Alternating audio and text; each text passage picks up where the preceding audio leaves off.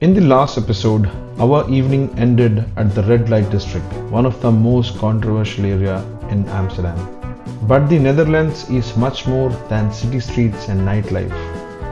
In this final episode, we leave Amsterdam behind and travel into the countryside, visiting colorful tulip farms, the world's largest tulip gardens, historic windmills, and traditional cheese farms to understand the real soul of the Netherlands.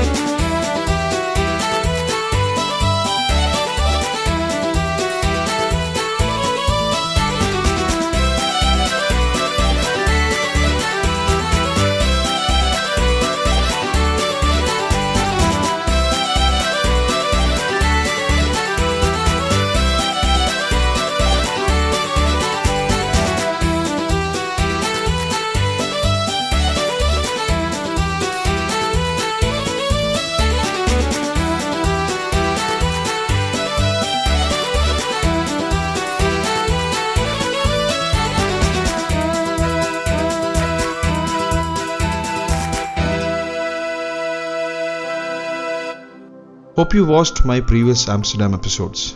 If not, please do watch them and don't forget to subscribe.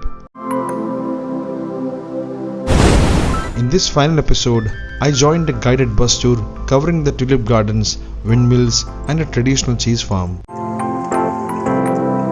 This entire experience was part of one guided tour.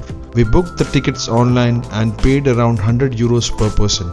This is one of the best ways to explore the Dutch countryside. Since these places are outside the city, traveling on your own takes time. A guided tour makes it easy and comfortable. The tour started around 9 am from the city. As the bus left Amsterdam, it passed through peaceful countryside roads, green fields and small villages. Soon we started passing through massive tulip farms. The farms were huge, far bigger than I imagined. Rows of colorful tulips stretched across the land. Tulips are seasonal flowers. The best time to see tulips in bloom in the Netherlands is from late March to mid-May, with April being the peak season.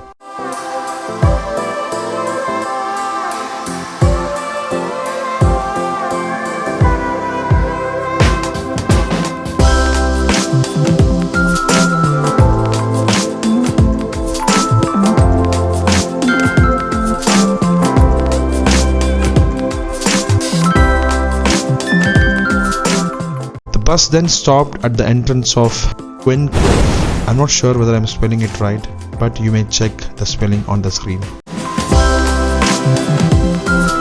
The garden is also seasonal and is opened only during spring, usually from late March to mid-May. We got down, headed towards the entrance. Inside this garden, we spent around 2 to 3 hours exploring the gardens. There are countless varieties of tulips, different colors, shapes and sizes. This was the first time I was seeing such tulips in such varieties. The displays of millions of flowers every year and is one of the most visited flower gardens in the world. The garden has a long history. It was once used as a kitchen herb garden centuries ago, and later transformed into a flower exhibition.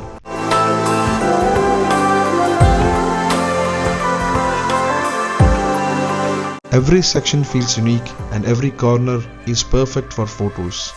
It's a place where you slow down and truly enjoy tulips and nature.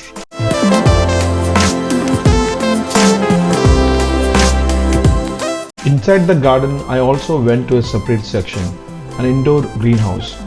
This greenhouse was filled with thousands of tulips on display. There were so many varieties, different colors, shapes and sizes, all arranged beautifully.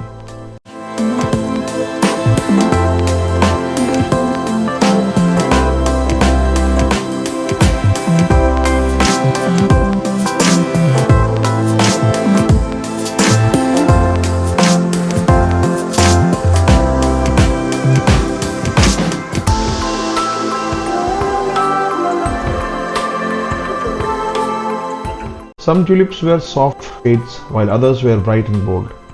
Walking inside felt like stepping into a lively flower gallery. We truly loved this place. It was calm, colorful, and very well designed. After the greenhouse, the final stop inside the garden was a traditional Dutch windmill. We walked towards it and explored it from the outside. This was my first time seeing such a traditional windmill so closely. Standing next to it, I felt a real connection to Dutch history. I loved this moment, simple, quiet, and very special. But the windmill experience didn't end there. Here I went inside the windmill and climbed the narrow wooden stairs. Inside, I could see the old mechanical parts still in place, strong, simple, and smartly built. Understanding how these windmills worked made me appreciate Dutch engineering even more.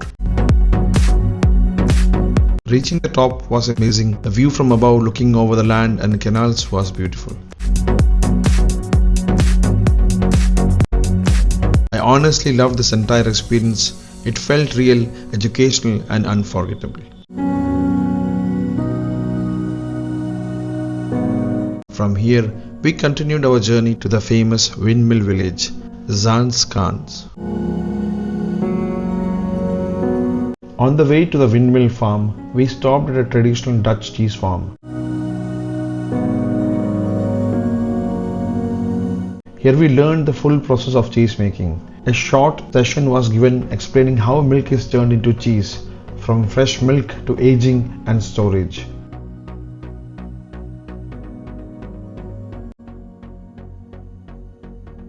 Yeah, cow can give one day 30 liters or 8 gallons of milk. One cow. Yeah. So when the milk comes here, we put it in this big barrel over there. On the outside is a double wall, and we put in hot water. Now the milk warm up. Okay. Yeah.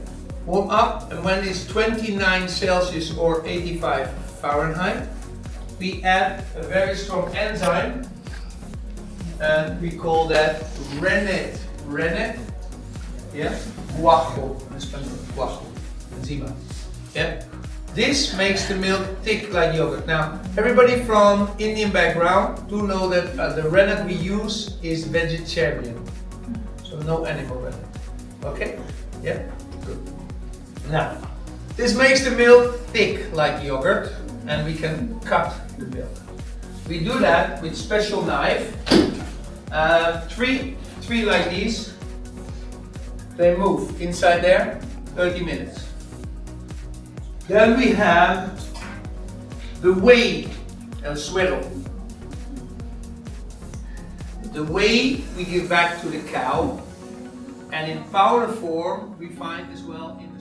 It was very interesting to understand how Dutch cheese is made using traditional methods. After that, we had a cheese testing session. We tasted different varieties, some soft, some strong, and some aged. We also bought a few local products and souvenirs to take home.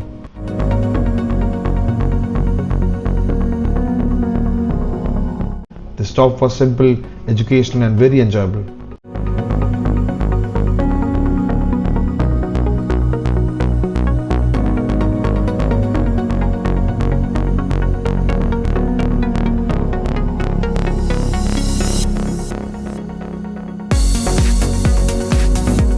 From the cheese farm, we continued to the famous windmill farm. This place is known as Zaanse Schans, one of the most iconic heritage areas in the Netherlands.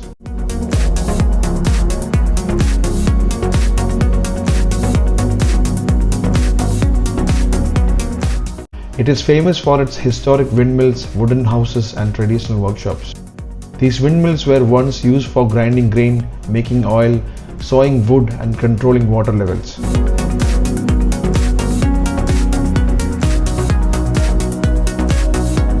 Some of the windmills here are more than 300 years old.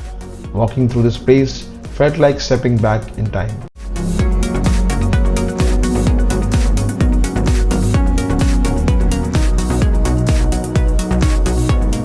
We explored the area slowly, enjoying the views, the canals, and the peaceful surroundings. We also visited small museums that show Dutch life and craftsmanship from the past.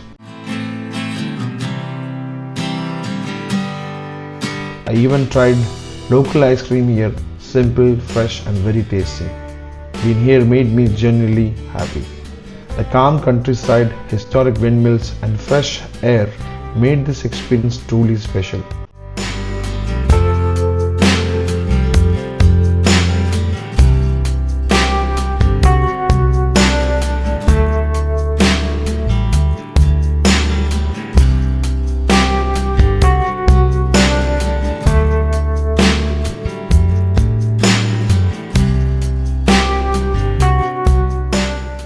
With this, our Amsterdam journey comes to an end. From city life to the countryside, this trip showed us the real beauty of the Netherlands. Our next stop is Berlin, and we took a train to continue this European journey. Hope you enjoyed this video. Please do like, share, and subscribe for more travel stories. Until the next episode, this is your travel enthusiast Sobi signing off.